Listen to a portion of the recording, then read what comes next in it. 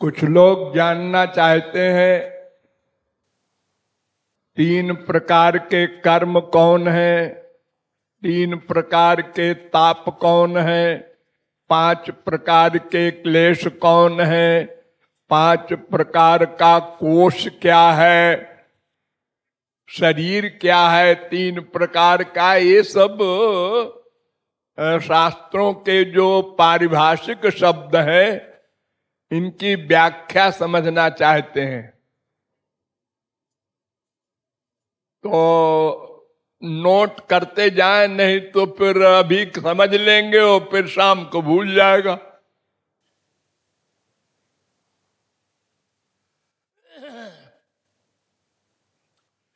तीन प्रकार का शरीर होता है।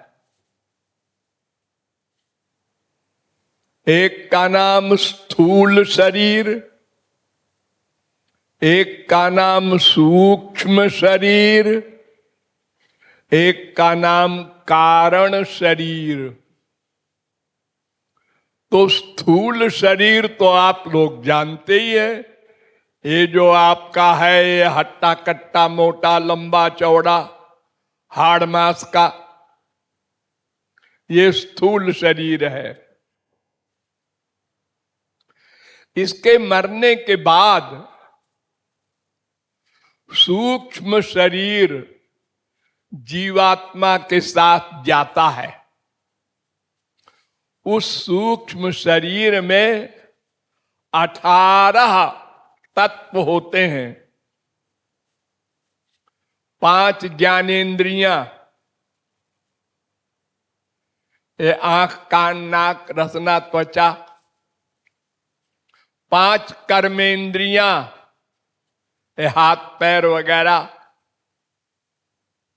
5 प्राण, प्राण अपान व्यान समान उदान, ये हवा।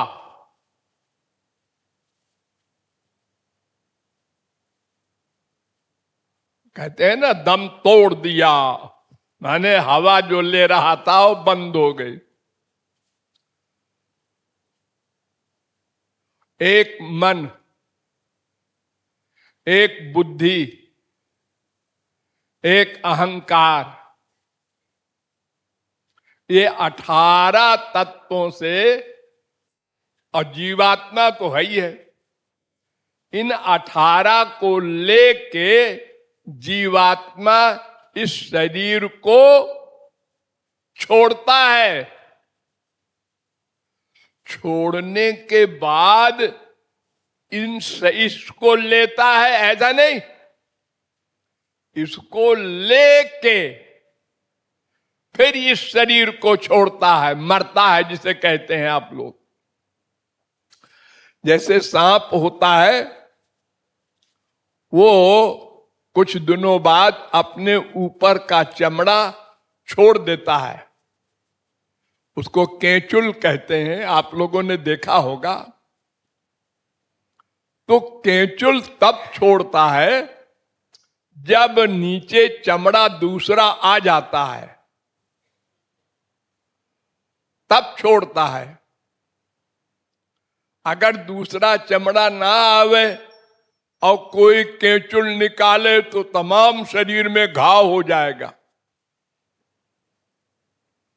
आप लोगों को फोड़ा ओड़ा होता है तो ऊपर का चमड़ा निकलता है ना, तो जब नीचे आ जाता है चमड़ा तब ऊपर का निकलता है।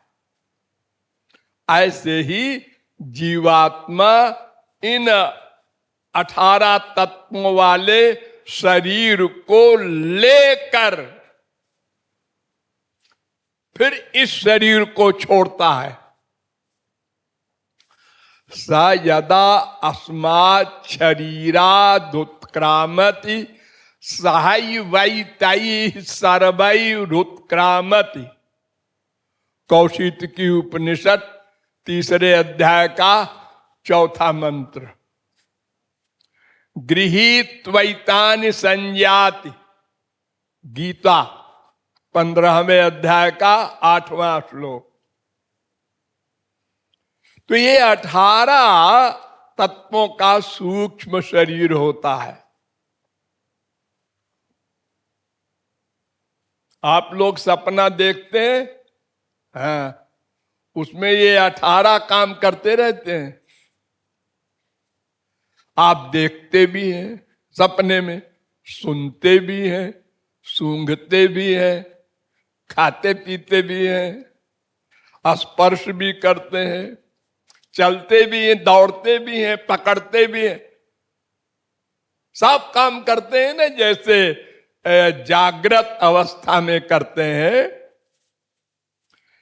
इस स्थूल शरीर से ऐसे ही सपने में करते हैं। सपने में आप ये नहीं समझते मैं सपना देख रहा हूं। सपने में आप रियलाइज करते हैं ये फैक्ट देख रहा हूं। जब जागते हैं, अरे ये सपना था। तो अब समझ गए सूक्ष्म शरीर। और कारण शरीर जो होता है वो वासना का होता है। इच्छाएं हमारी जो है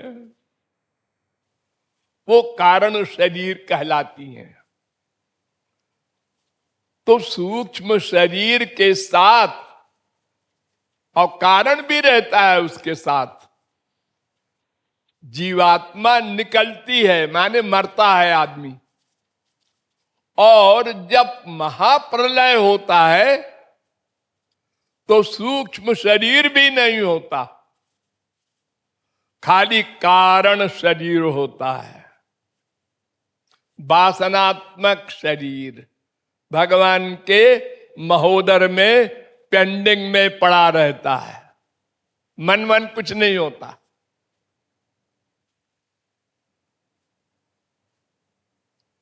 ये 3 शरीर समझ में आ गया आप लोगों के? हाँ।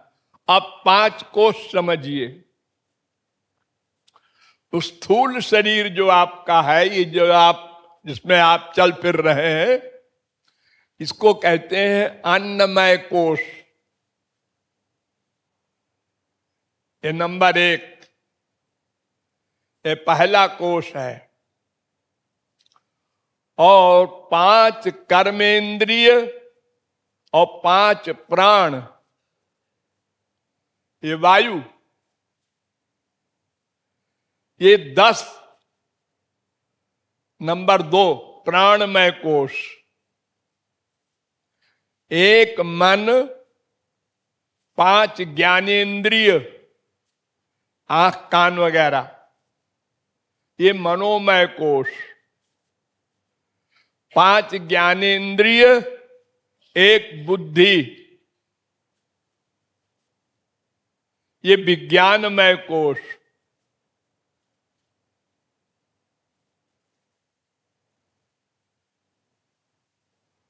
और कारण शरीर वासना वाला, ये आनंदमय कोष अंतिम। ये 5 कोष नष्ट होते हैं तब मुक्ति होती है। वो 3 शरीर नष्ट हो, 5 कोष नष्ट हो। अब 5 क्लेश समझिए। अविद्या,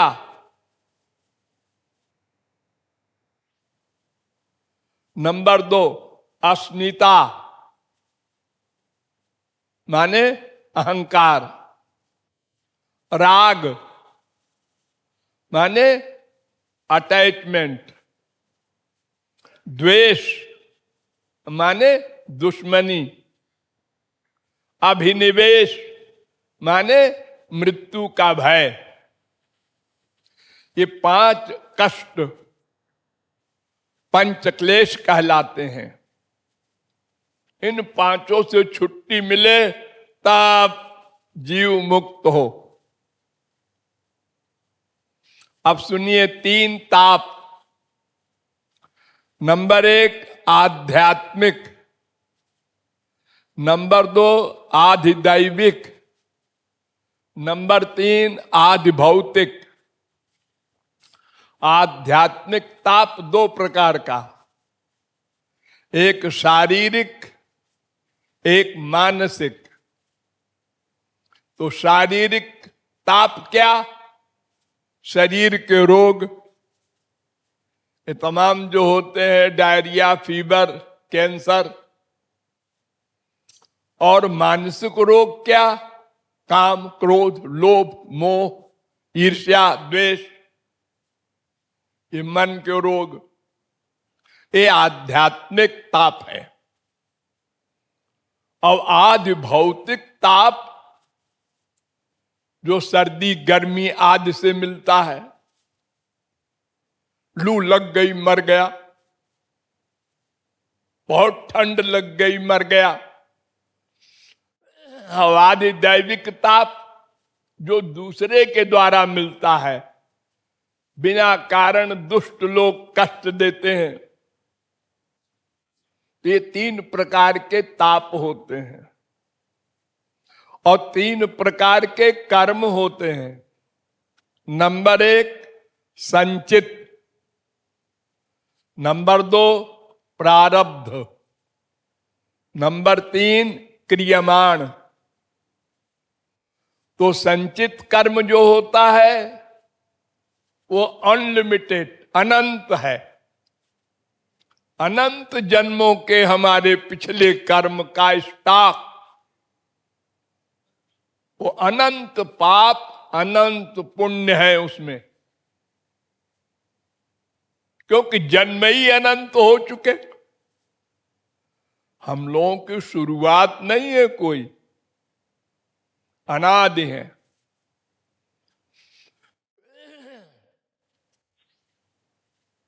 उस संचित कर्म से थोड़ा सा भाग भगवान इस जन्म के लिए निर्धारित कर देते हैं और स्वयं भोगवाते हैं अंदर बैठकर। वरना कोई क्यों भोगे? अपने बस में हो तो वो फाइल जला दे हम लोग। वो अंदर बैठ के भोगवाते हैं, अच्छे कर्म का भी फल, बुरे कर्म का भी फल। अगर आप कहें बड़ी बुरी बात है, बुरे कर्म का फल देते हैं, तो अगर बुरे कर्म का न दे तो मतलब अच्छे का भी न दे, फिर क्या करोगे? फिर भगवत प्राप्ति कैसे करोगे? इसलिए वो दोनों का फल देते हैं। बुरे कर्म का फल देकर होश में लाते हैं, होश में। है नशे में न रहो। ओ जिस माँ से प्यार करते हो वो भी स्वार्थी है, जिस बाप से प्यार करते हो, जिस बेटे से प्यार करते हो, ये सब मतलबी है। और जब तुम छुट्टी का करोगे संसार से, ये सब नमस्ते करेंगे यहीं बैठे बैठे। अगर कोई साथ में जाने को जहर भी खा ले तो जा नहीं सकता, जाएगा अपने अपने कर्म के अनुसार, अलग अलग। हाँ, बहुत से ऐसे प्रेमी होते हैं जिद्दी कि अगर हमारा बेटा मरेगा तो हम भी मर जाएंगे साथ में, हमारा पति मरेगा तो हम भी साथ में जहर खा के मर जाएंगे।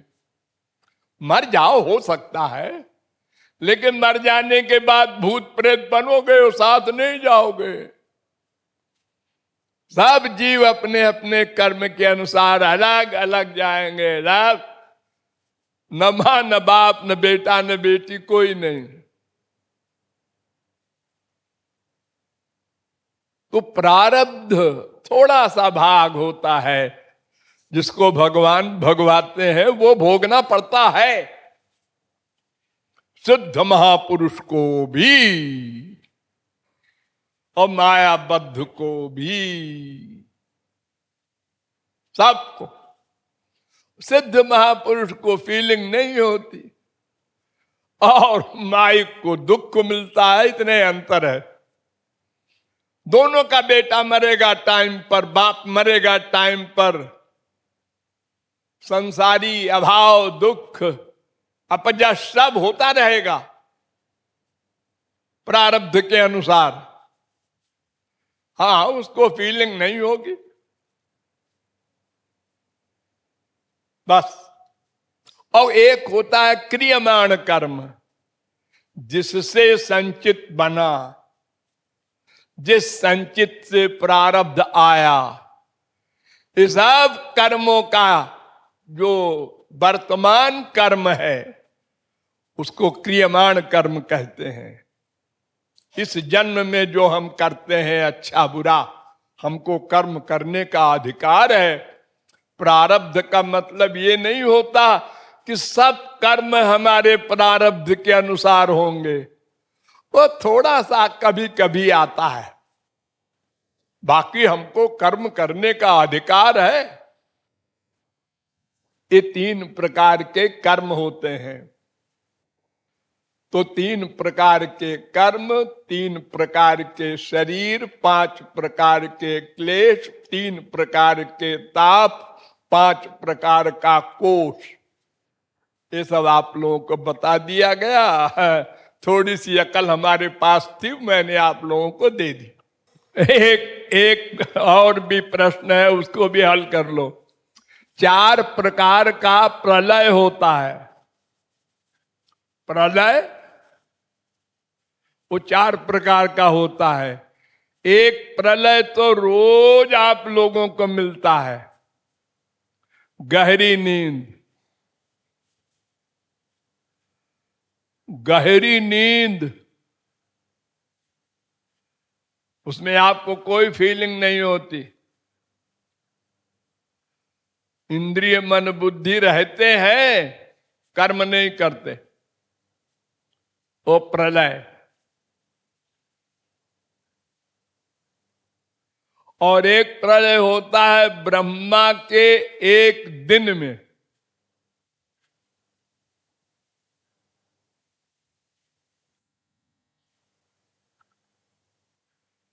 चार अरब 29 करोड़ 40 लाख 80 हजार वर्ष का एक कल्प होता है। ब्रह्मा का एक दिन, उतनी बड़ी रात होती है। तो दिन खत्म होने पर प्रलय हो जाता है, ब्रह्मा सो जाता है, तो उतनी बड़ी रात होती है। एक प्रलय ये होता है। और एक प्रलय होता है ब्रह्मा के 100 वर्ष पूरे होने पर, वो महाप्रलय कहलाता है।